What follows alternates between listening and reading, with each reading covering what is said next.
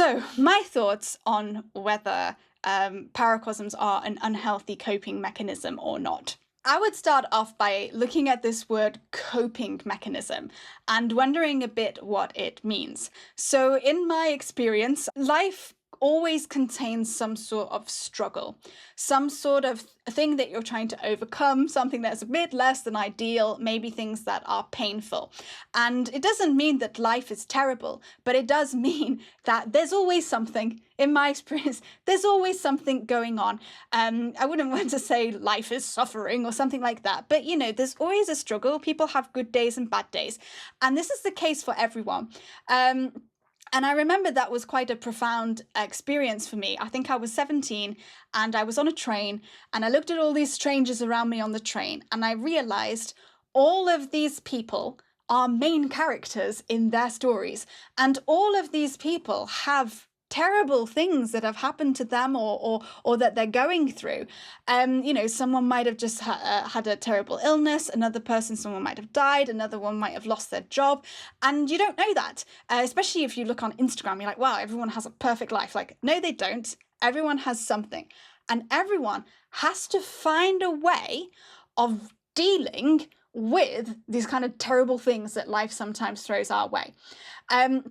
So I think everyone has to have some sort of coping mechanisms or ways to temporarily alleviate the struggle of life. The kind of traditional advice would be, oh, you've had a bad day. Why don't you go for a walk with your dog? You'll be in a new environment, so, you can calm yourself down. You might have some new ideas. It's a bit of a distraction, takes you away from the situation, allows you to process your emotions. And for many people, that's true. But for instance, I don't, that wouldn't work for me. Other people, they want to oh, I'm having such a bad day at work. I'm going to go home, curl up on the sofa and with a blanket and watch Netflix. And other people decide to daydream. And so only because daydreaming is less common than going for a walk, having a bath, whatever, doesn't mean that it's like a coping mechanism that you should necessarily get rid of. Of course, I am not a psychologist or anything like that. I'm just a person, and you should listen to what I say with the degree of respect that I deserve or don't deserve. So you can hear me, but also be critical. So regarding unhealthy coping mechanism, when does a coping mechanism become unhealthy? And for me, it is if your coping mechanism stops you from doing something that you actually want to do, or from being something that you actually want to be, then it would, in my opinion, be unhealthy. So what do I mean by this? When you're like, oh, I'm going to go and have a shower. And then you sit on your bed and you scroll on social media for an hour instead. And afterwards you have this yucky feeling. You're like, I wanted to have a shower. I didn't want to scroll. Why did I scroll? This isn't what I wanted to do. And that yucky feeling is what I would say to look out for. So if you are doing a paracosm, you've got an imaginary world that you like to delve into, or you have maladaptive daydreaming. I've done a video about maladaptive daydreaming, and there's lots of resources online. Maladaptive daydreaming is kind of like obsessive daydreaming, maybe not obsessive, but excessive. Well, what they call excessive daydreaming. Maybe I have different ideas, but if you do this daydreaming and then afterwards you have that yucky feeling of oh, I've wasted my day. I didn't want to do that. I wanted to do my chores, do my homework and have a shower, and instead I've just stayed in bed daydreaming, then yes, that might be something unhealthy that you want to address and take action for well, how can I be more in line with what I want to do and my goals that I want to achieve? Another side of that is, what I said around being who you want to be. So oh, I was daydreaming about my imaginary world and I didn't notice, therefore, that my best friend was calling me and she was upset because her boyfriend broke up with her. And because I was doing my daydreaming, I wasn't the person that I want to be. I want to be someone who's there for their friends, who is able to pick up the phone when needed. And I wasn't able to be that because I was distracted daydreaming. So that's what you're looking out for. It's totally possible that you spend your whole Saturday morning daydreaming, and at the end you're like, I think it's fine. I think it's fine that I did that. That's what I wanted to do.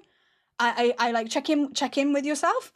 What did I want to do this morning? Okay, nothing. How did I spend my day daydreaming? Am I happy with that? Is that who I want to be? Yeah. Okay, fine. In my opinion, not unhealthy. But you know, I'm not perfect. So that's my take on it. And of course, you want to avoid black and white thinking. Sometimes when you're doing a paracosm or daydreaming, it might be unhealthy. Sometimes it might be healthy, and you just need to keep checking in and try to reduce the number of unhealthy times that you do it. And I know I'm saying this like it's some sort of like obvious and easy thing. It isn't obvious and easy to know what do I want to do and who do I want to be. It's actually probably one of the biggest questions in life that's never answered and is forever changing. So I don't say that as some kind of like, oh, well, it's obvious, just stop if you want to stop. Like, no, I understand. I'm not trying to be patronizing to young people at all, but, you know, I remember being a teenager and being in my 20s. And that was like the biggest thing that I had to deal with is like, well, who do I want to be? What do I want to do with my life? And so someone saying to me like, well, is daydreaming in line with who you want to be? I'm like, I don't know. So just keep trying to listen to yourself and trying to figure out. And sometimes you don't know that that it wasn't in line until afterwards. So you might get invited to go to the cinema with some friends and you're like, no, I'd rather stay at home and do my imaginary world. And then afterwards they're telling you about the film and then you get the yucky feeling. Oh, perhaps I would have liked to have gone to that. It's like, that's fine. You just take that information and next time you can make an informed choice about whether to go or not. You're never going to get it perfect. Be kind to yourself. Coping mechanisms are normal and healthy. It's good. It means you've found ways to deal with the stresses of life. And actually having a paracosm as a coping mechanism, in my opinion, is a stroke of genius. At a time when you needed it in your life, you created in your imagination a safe, fun place for you to retreat to or get your needs met or to have some sort of creative self-expression. That's great. That's amazing. Don't be ashamed about that. That's super cool, in my opinion.